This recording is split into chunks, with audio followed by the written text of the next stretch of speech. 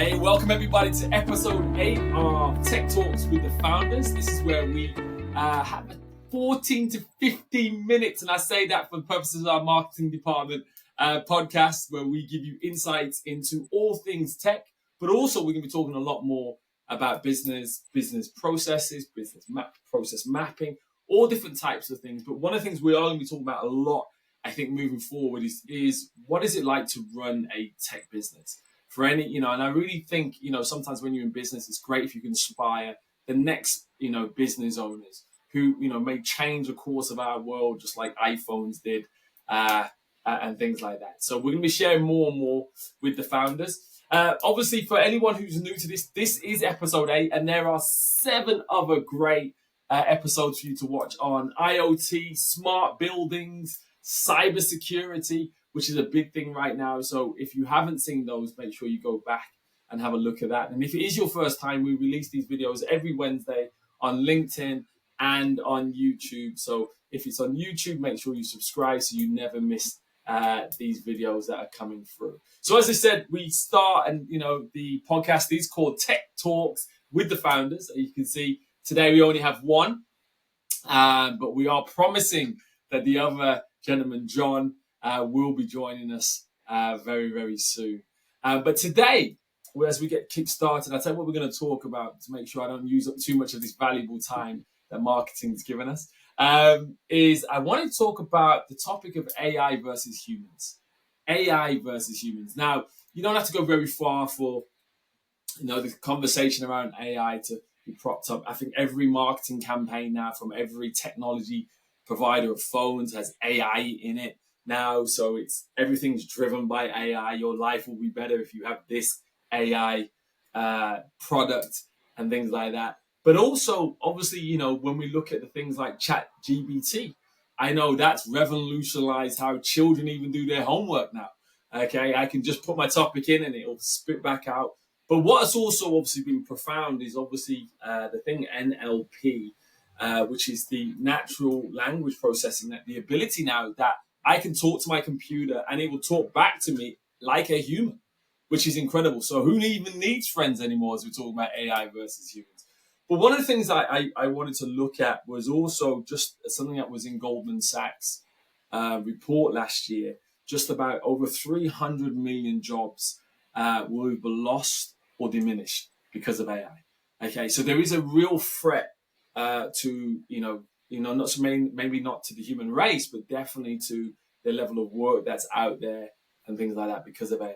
But I was doing some recruitment and I was looking at how important it is still to have great people in the business. Like, your business is only as good as the people in it.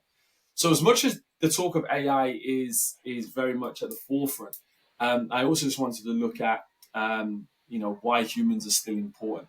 But I thought, who better to ask all these questions than the actual technical director, the founder, one of the founders of the business, Mr. Tom Screen, who is obviously all things tech and very passionate about that. So we're going to get into the questions, and one of the key questions I will be asking is from a gentleman called Mo Gowda, who was the head of Google X, and he wrote a book about AI, which was called Scary Smart. So I'll see what Tom's thoughts are on that. But Tom, as we get into this, please, for anyone who's probably not as tech savvy, okay, give an overview of AI and its potential and its growth. Hi, Denzel.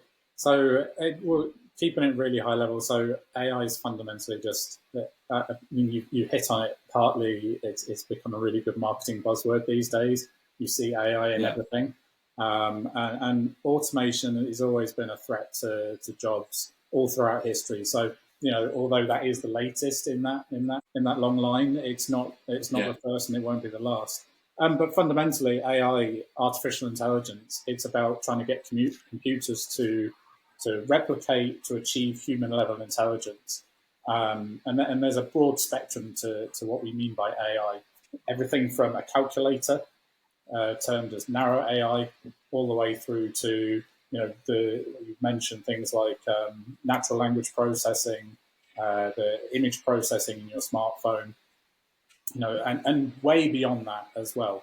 So it's about being able to solve problems that we find really difficult, and you already see that today in things like, really hard maths problems, things like asymmetric encryption, or Yeah. computational fluid dynamics. It's about being able to process a lot of data very quickly. But where people talk about AI, it sort of goes beyond just being able to process a lot of data. It's also being able to make inferences from data sets. So we can talk about things like machine learning. Can you take a series of rules and then a training data set and be able to Yeah. get an output from that that's really a lot more useful? And one of the things you touched on, ChatGPT there, that's a category of AI called a large language model. And really what that's doing is it's taking a huge database of language, of text from the internet, training data, and being able to predict to a really high level of accuracy what's going to come next. And that really forms the basis of, like you say, your natural language processors, what we're seeing in being able to generate essays and things like that. But in those scenarios, the output is only as good still as the input.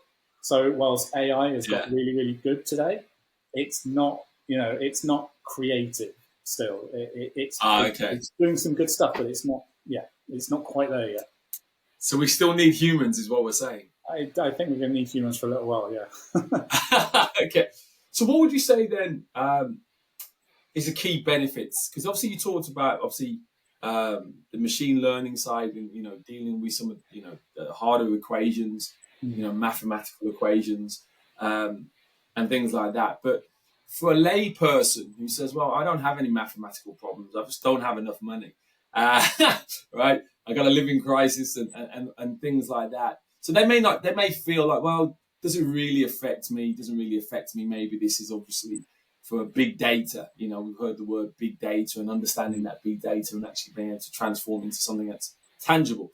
But for the layper, are there some key benefits that we'd say for the everyday person that, AI, as much as it is going to remove some jobs, and I think the industrial age did that, Henry Ford did that with automation and things like that. But would you say there's some other key benefits that maybe for a layperson that are there as well? So I suppose you're already seeing some of it if you're familiar with Tesla cars. They have something called full self-driving. So automated vehicles is going to be a key benefit. Things like graphic generation, graphics and artwork, that's very much at the forefront at the moment of AI. As well as, like you say, being able to generate text that we perhaps wouldn't have done. So I know there have been examples of AIs that have passed certain legal exams and things like this. I think for everyday people, I don't know if there is a direct benefit yet. It's probably more of these are going to be indirect benefits that are going to perhaps trickle down or affect you not quite yourselves. I mean, there are certainly tools out there that you can go and use, but when we're talking about applying AI at the moment, it's things like, I think one of the really good examples I saw was protein folding. They're using AI in that scenario to take vast quantities of data, lots of different combinations of data, but being able to use kind of more like neural algorithms, genetic algorithms, to be able to just try a lot of different combinations very quickly to come up with these sort of protein foldings that are then being used to now create things like new medications. That's possibly where you're going to have more of a direct impact more quickly, as well as obviously your things like your self-driving cars.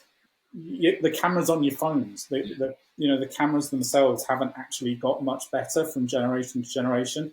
What's improved is the AI, the processing algorithms on those chips that are enabling the data to be used to produce better images. That's incredible. I didn't even know that. So that's a learning curve for me there. So, okay, so there sounds like there's some great benefits, but obviously, we'll talk about that Mo Gaudat quote in a minute. But are there anything that we should be worried about then?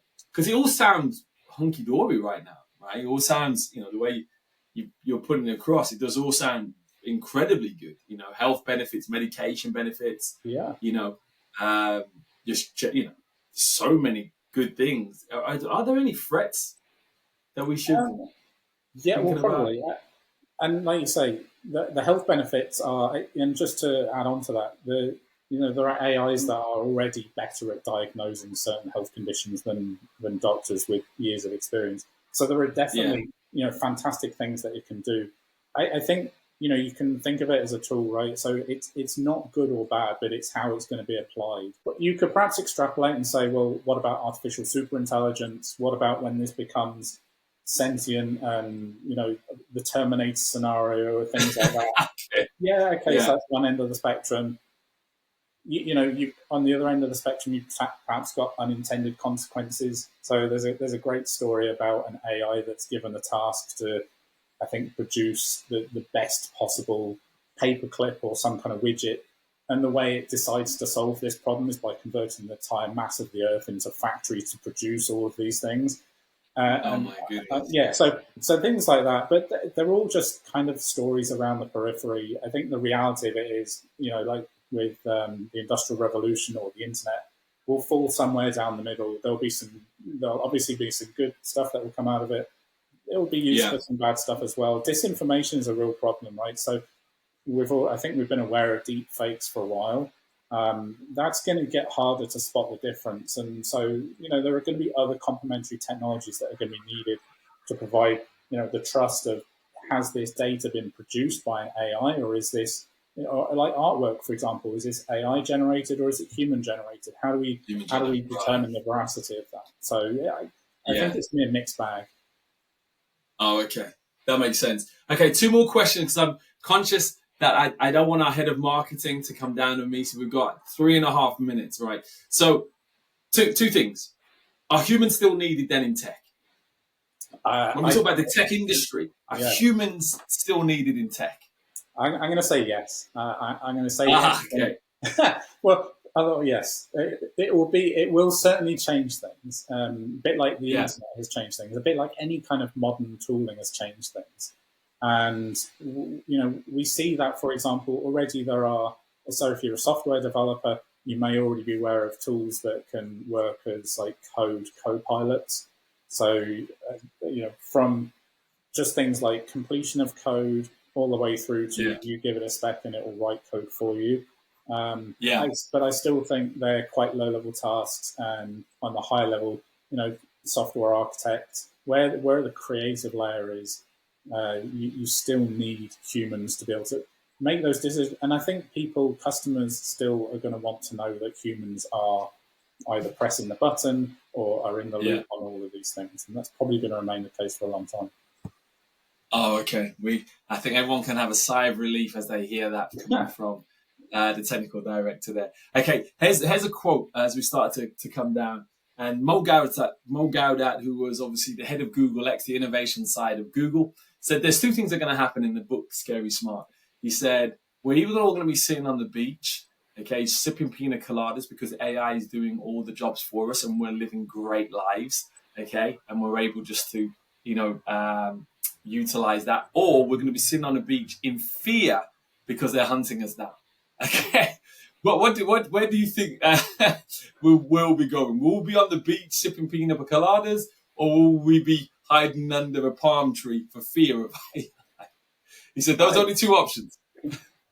I love the quote. There's a bad day on the beach is better than a good day in the office. So I don't know. I guess I'd probably come down on the slightly more utopian side of that. Just given our history, we tend to use technology for better than for worse. There are always going to be bad examples, but and the history of humans using technology is that we create technology to do the things that we find hard, to make the things easy that we don't want to spend our time doing. So are we going to do that? Yeah, absolutely. But as with every new technology that we find, that will then further generate new jobs. So I don't think we're going to be sat on the beach just sipping pina coladas all the time. We're going to get pretty bored.